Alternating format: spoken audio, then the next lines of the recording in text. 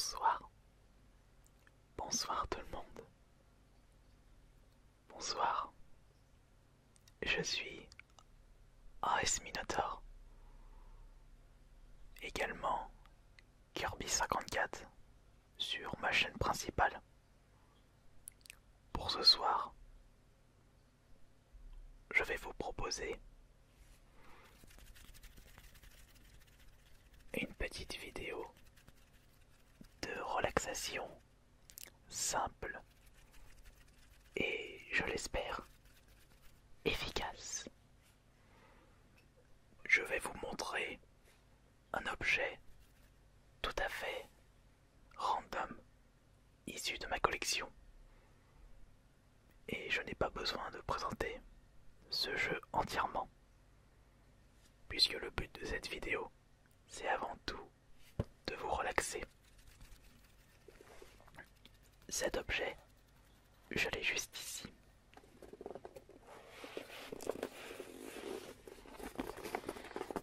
Une boîte.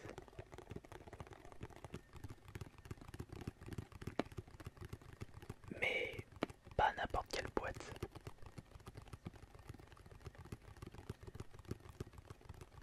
C'est une boîte de jeux vidéo. Une boîte d'une console. La boîte d'une console portable. La boîte d'une console portable de chez Sony.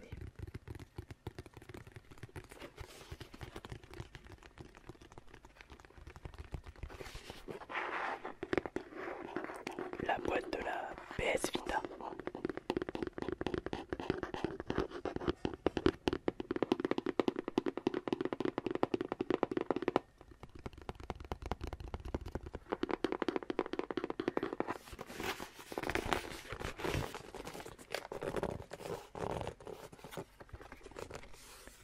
La console qui habitait en France, en Europe je dirais, mais pas du tout sur le sol japonais. Cette PS Vita cartonne au Japon. Elle fait fureur et elle fait concurrence à la 3DS, même si celle-ci est à des années-lumière en ce qui concerne les ventes. Mais elle tient tête. On n'a pas de chance en France, car tous les jeux qui sortent au Japon ne sortent pas chez nous. Et si on a la chance de les avoir en possession, ils ne sont pas tout le temps traduits. Vraiment dommage.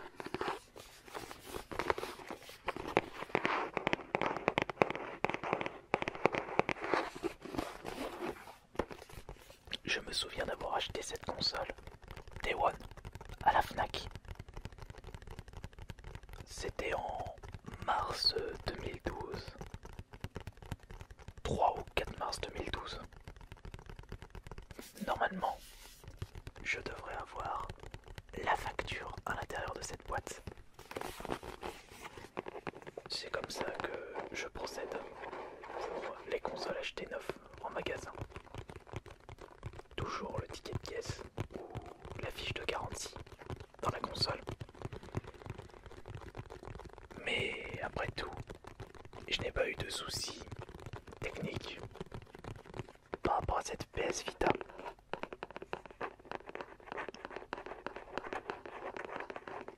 Les seules consoles où j'ai vraiment eu des problèmes, où j'ai dû les renvoyer en SAV et utiliser la garantie, eh bien c'est la Xbox 360. Mais pour la PS3, j'ai de la chance car je n'ai pas acheté la console 1 ou 2 ans après sa sortie officielle. Je l'ai quand même acheté en retard la PS3 si on compare avec la 3.6. Bon, boîte si vous n'êtes pas encore endormi.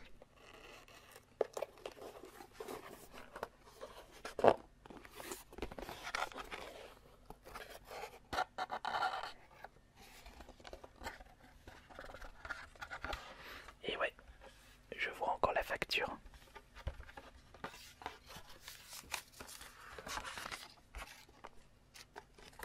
On va rouvrir ça après.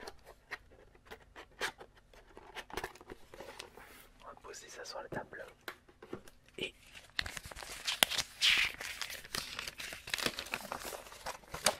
j'aimerais savoir quand est-ce que j'ai acheté cette console.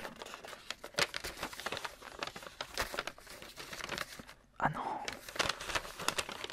je pensais que je l'avais acheté en mars, mais je l'ai acheté avant.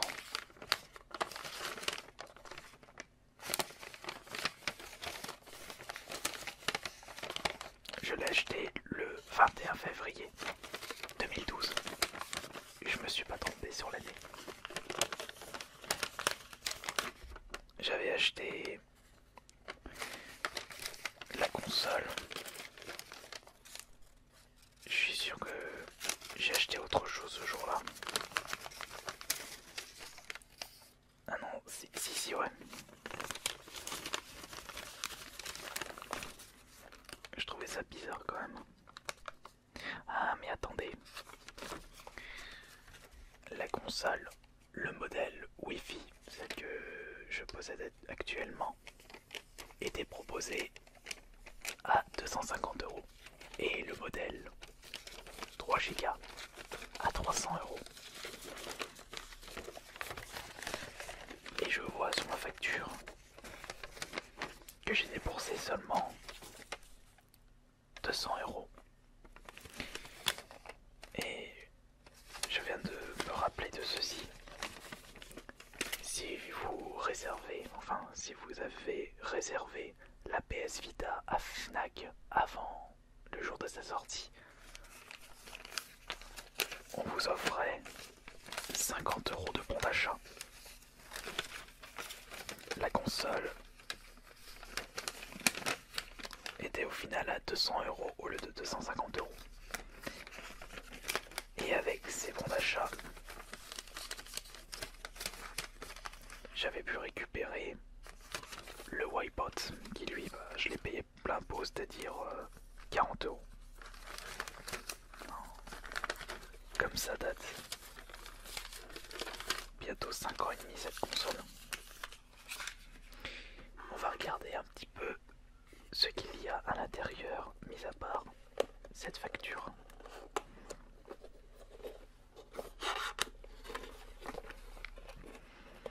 Attendez, je viens de voir sur la boîte que le modèle de ma PS Vita est la Crystal Black PCH 1004ZA01. C'était une petite information pour les intéressés. Et il y a toujours plein de prospectus dans les boîtes de jeux. J'ai même gardé le polystyrène qui protège la console. Attendez, je vais sortir tout ce qu'il y a du coup dedans. Déjà tout ça.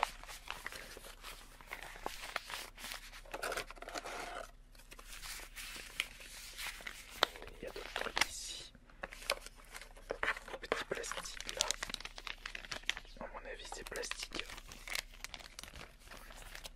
C'était la dent qui protégeait les câbles et la recharge surtout. Il n'y a plus rien d'autre dedans. Alors on va regarder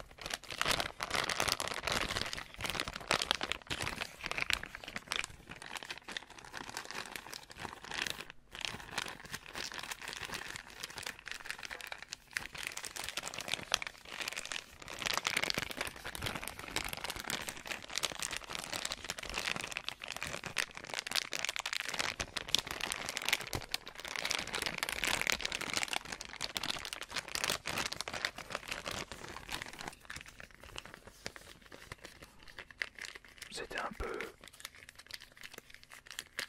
les objets qui n'ont plus vraiment d'intérêt, mais ce sont des objets qui vous ont certainement relaxé. Et en parlant d'objets qui relaxent et qui servent à rien, sauf si j'ai l'intention de ranger ma console dans sa boîte, ce qui ne sera pas le cas, car je l'utilise pas si souvent que ça, mais je l'utilise. Ces sont petits papiers polystyrène de protection.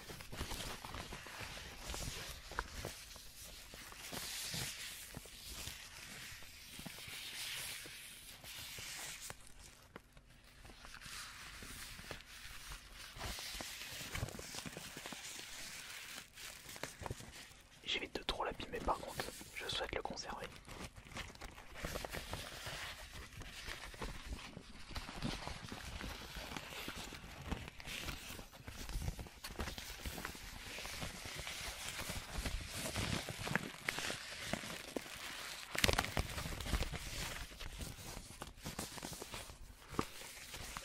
Et si nous passions maintenant aux différentes notices. Allez, par ici tout le tas de notices. J'ai un petit papier marqué écran de protection en kit pour la PS Vita. Ensuite, qu'est-ce que c'est que ça? Un petit papier juste là. C'est le kit d'utilisation pour l'écran de protection. Avec le français bien entendu, console européenne. Votre kit de nettoyage comprend. Ah non, non, c'est le kit de nettoyage. Oh, mais c'est pareil. Un chiffon antistatique permettant de nettoyer votre écran et votre PS Vita en toute sécurité. Il y a également une cale en plastique servant à fixer l'écran sur la PS Vita afin d'éviter les bulles d'air. Et il y a également un écran de protection anti-reflet rigide afin d'éviter les coups et les griffes sur votre écran. Après, si vous prenez soin de votre PS Vita, l'écran de protection n'est pas obligatoire.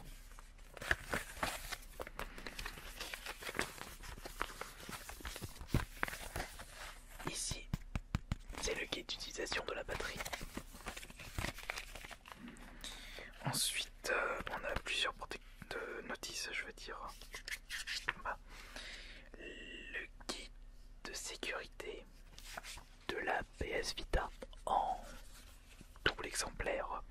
Un exemplaire pour l'italien et Pays-Bas et un exemplaire pour l'Allemagne et la France. Logiquement, c'est celui-ci qui nous intéresse. Alors, le français, ah bah nickel, c'était le début.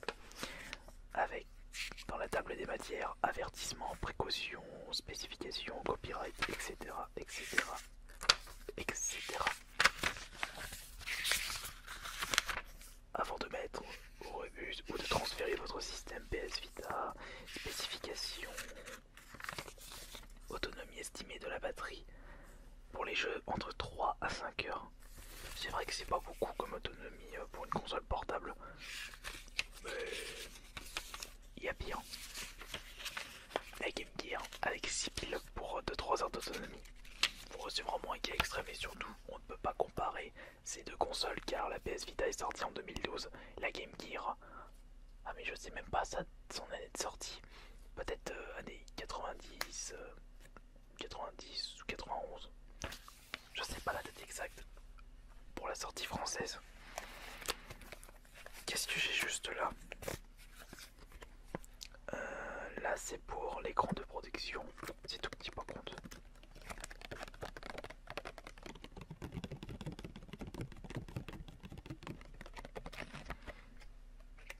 En réalité ça c'est pour éviter les bulles. Nous avons pour continuer ce prospectus français.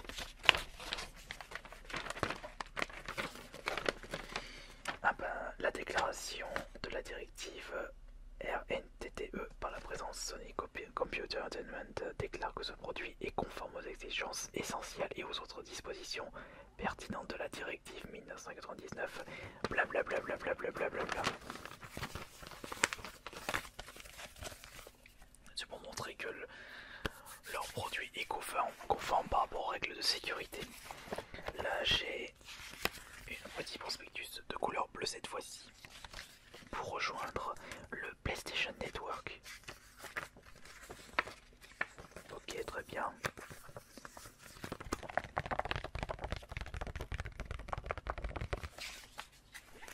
Nous avons ici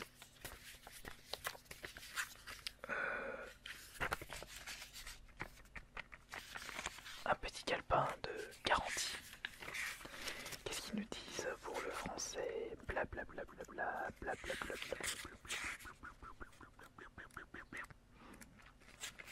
Mais dites-moi le français, où vous cachez-vous? Où vous cachez-vous? Ah bah vous êtes là. J'ai pas eu trop de mal à te trouver. Voilà, c'est les garanties de console. Les conditions générales pour vos garanties, comme par exemple la garantie saute si vous ouvrez votre console. Ça c'est, je pense, une information que beaucoup de personnes connaissent. Là c'est le calepin pour le contrôle parental. Et pour terminer, 4 exemplaires de guide de mise en route. On en a un en français, un en allemand, un en italien et un en néerlandais. Et nous allons regarder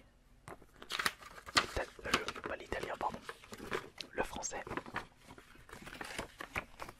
Voilà à quoi ça ressemble. Et là c'est le guide d'utilisation, comment allumer votre console, comment insérer votre carte mémoire, les explications des différents menus, comment éteindre votre console. Des petites informations qui seront fort utiles pour les néophytes, pour ceux qui n'ont jamais allumé une console de leur vie. Mais même en donnant ça aux clients, il y en a quand même qui vont aller se plaindre à Sony ou au magasin parce qu'ils n'arrivent pas à allumer la console, alors qu'il leur suffit de lire correctement le guide de mise en route. Et il y a beaucoup de clients qui sont comme ça, des feignants. Enfin voilà, j'espère que cette petite vidéo simple de relaxation vous aura plu. Si vous désirez d'autres vidéos comme ça, n'hésitez pas à me le faire savoir dans l'espace des commentaires. Allez, bonne nuit à tous et à demain j'espère.